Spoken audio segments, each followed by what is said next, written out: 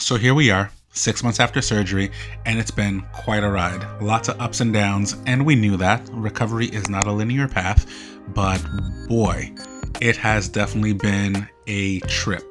In a previous video, I talked about a breakthrough that I had where I was able to increase my time on the bike and have more comfort and a little bit more mobility in the shoulder. And even prior to that, I had a check-in with my orthopedic surgeon, and he was telling me that Certainly you can get into a pool and try to do a little swimming, but it's not going to be your normal motion, You're not going to be able to swim thousands of laps to get ready for a race. it's time to get into the water and try it out. So the unexplored corner in here, where the swim gear resides and my wetsuits and all that are tucked away. It's time to get the jammers out and pack my swim bag, my goggles, my towel, and get into the pool. And if I looked nervous, it's because I really truly was shocked and traumatized. Here's the behind the scenes. I hadn't swam or done anything even kind of swim related since that last race at the end of August where the injury occurred and surgery was needed. So the very first time I'm opening up my swim bag, the swim cap that's on top is the one I wore on that race. And it was still sandy. I kind of threw everything back in the bag and, cleaned up transition, headed home. So seeing that swim cap and pulling it out of the bag just had me a little shook, I'm going to be honest. I was trembling and had a flashback of that day, that morning, that moment, getting pulled out of the water, and it terrified me. I almost didn't go. I did have a friend meet me at the pool to kind of spot me, let him know what my restrictions were ahead of time, straight from PT, which were 1, to definitely do less than I think I can. And that one became really important as I started to get really comfortable. 2, only do half of a pool length, so it just made sense. Let me set up in the shallow end and I'll kind of go back and forth that way. And 3, we're not here in training, we are here in recovery. So do not hesitate to grab any of the pool buoys or floaties or whatever I might need to just get comfortable in the water. So with those guidelines, off I went.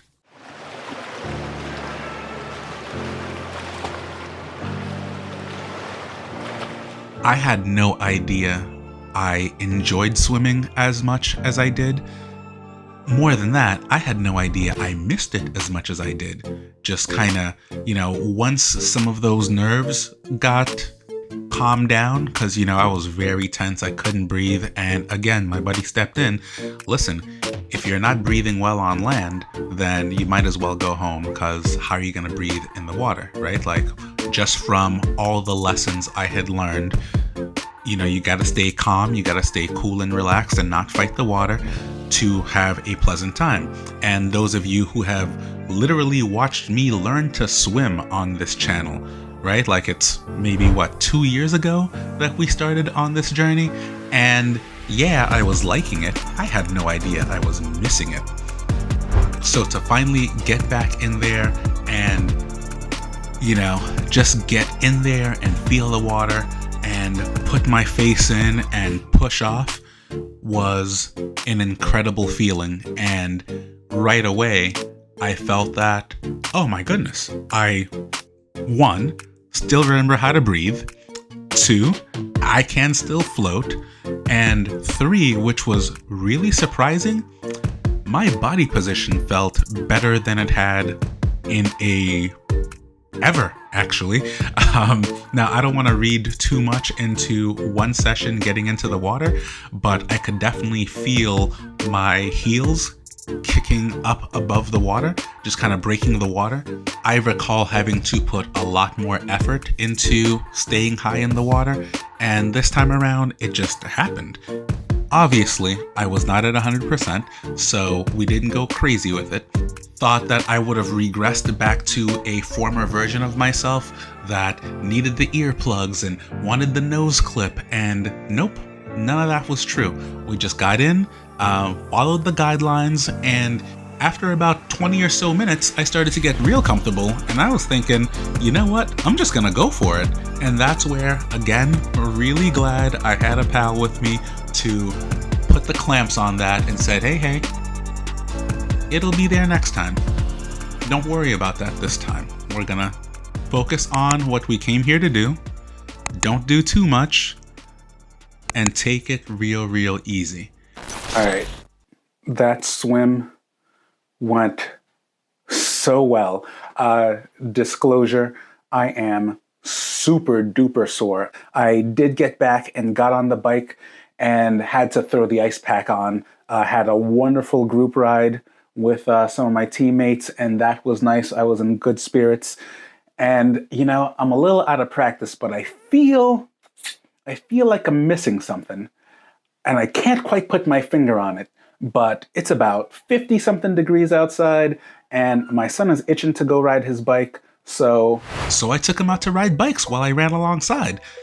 The whole time not thinking about what I had actually done and how much strain I had put on my body. Swimming is a full body exercise. Completely disregarded all of that and just figured, yeah, I'm feeling fine, we'll go out. So for keeping score at home, I swam somewhere between 400 to 600 meters.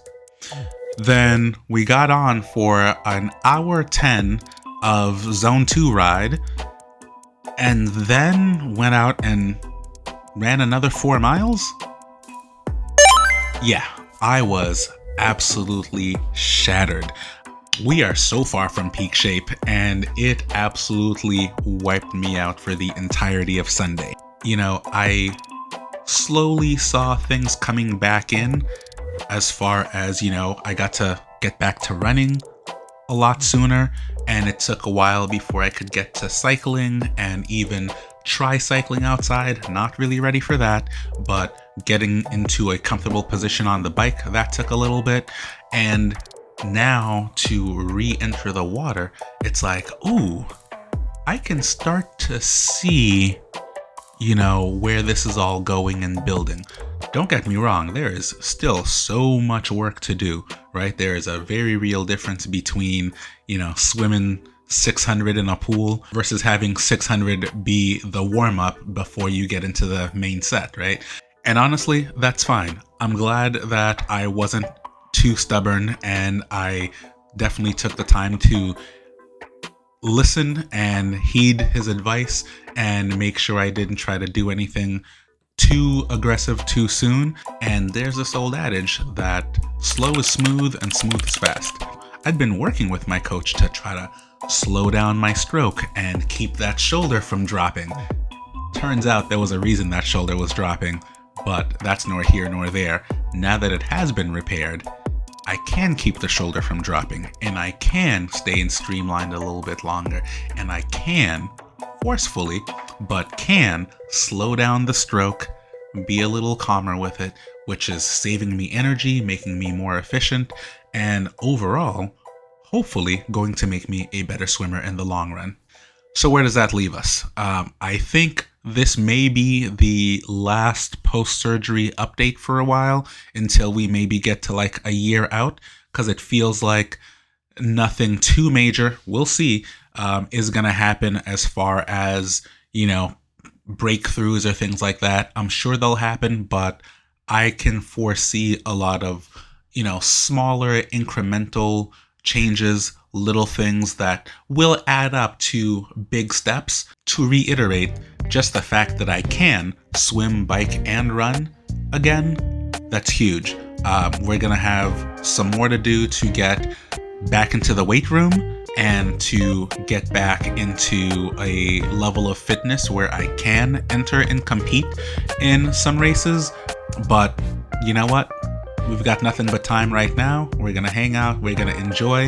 The cycling holiday is really coming together, and a couple of other things that I really want to share, but not quite yet. Just want to finalize those details. So I'm going to leave it there for now. If you've made it to the end, thank you so much for, one, supporting this whole time, 2, watching the progression from, a guy that didn't know how to swim to now missing it and longing to get back into the open water. I appreciate those of you who have chosen to subscribe and like the videos and stick with the progression. Thanks for watching. Till the next time, it's been real.